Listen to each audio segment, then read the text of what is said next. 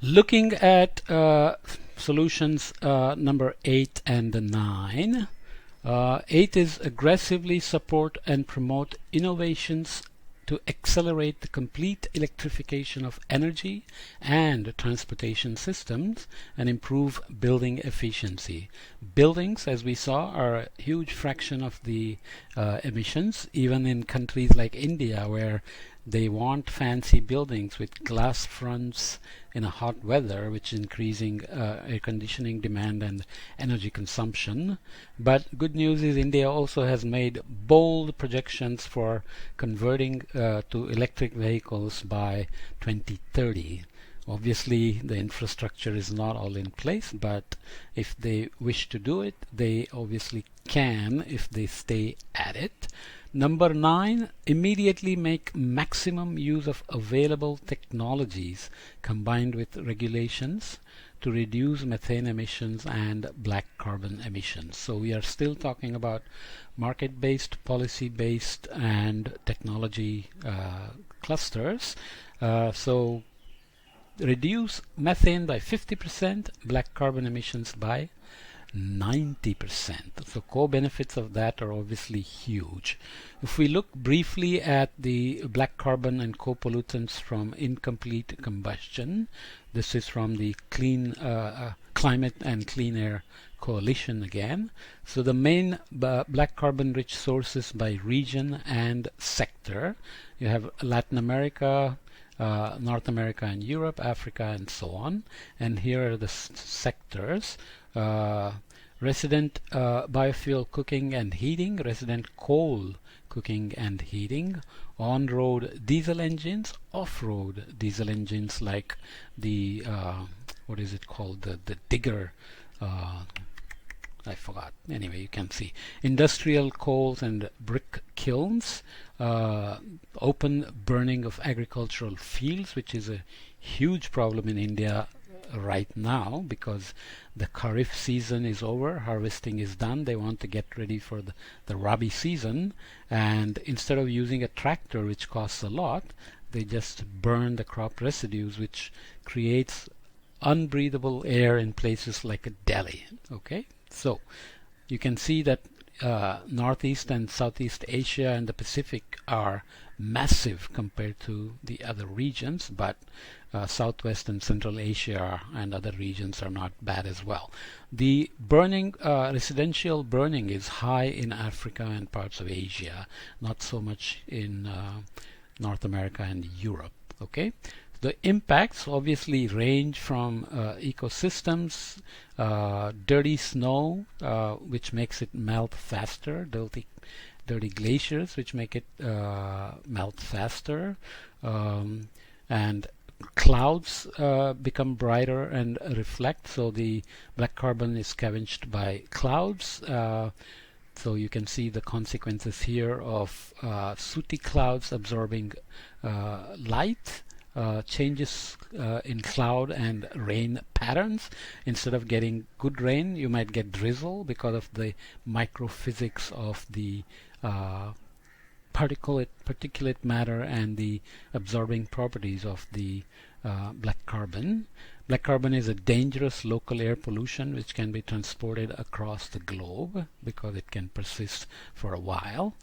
Suspended in the atmosphere, black carbon particles contribute to global warming by absorbing energy and converting it to heat. So lifetime of it in the atmosphere is days. Global methane budget from the Global Carbon Project, GCP. You can see fossil fuel production and use, agriculture and waste, biomass and biofuel burning, wetlands, other natural emissions like inland waters, geological, oceans, termites, wild animals, permafrost, vegetation.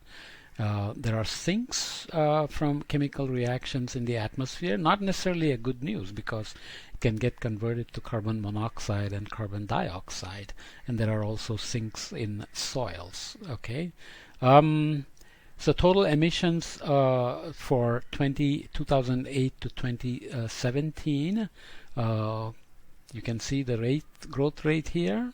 Okay, these are in teragrams of carbon per year. Okay, so absorption, these are anthropogenic fluxes, these are natural fluxes, and these are natural and anthropogenic fluxes. So human perturbations and wildfires and forest fires, etc., combine as well.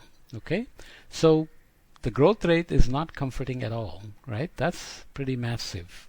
Okay, so ozone, another short-lived pollutant with lifetime of weeks, whereas methane has 12 years, as we remember. It's not shown here.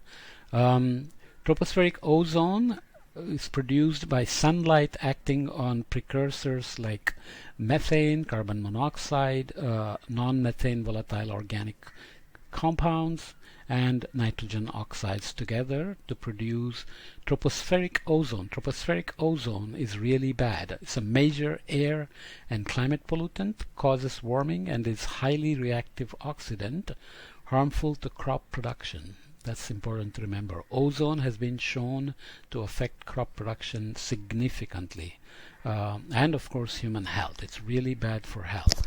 Ozone is known as a secondary pollutant because not produced directly, but is produced from other pollutants with sunlight, photolytic reactions. Okay, so precursor gases are needed for that, and it occurs in the stratosphere, which is important and good for us, but there are flights in the stratosphere which can produce precursors to destroy ozone, and we know that ozone hole was produced from CFCs getting into the stratosphere.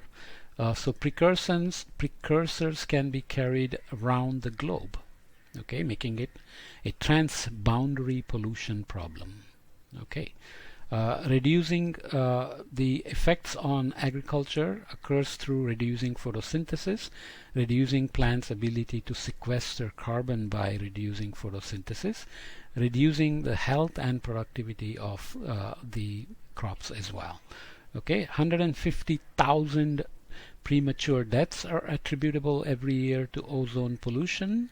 Millions more suffer chronic diseases like asthma and COPD and so on, especially in children and older people. So here is from CGIAR, the consultant group in international agricultural research, says 10% reduction in deforestation can lead to an equivalent of 300 to 600 million ton CO2 equivalent per year of methane, CO2 and N2O, and that would cost 0.4 to 1.7 billion US dollars in terms of productivity loss, crop production loss, and so on and so forth. Okay, not a tiny thing. So solution 8 and 9 are critical for that reason for global warming mitigation. Again, we'll come back to the details, more details later on.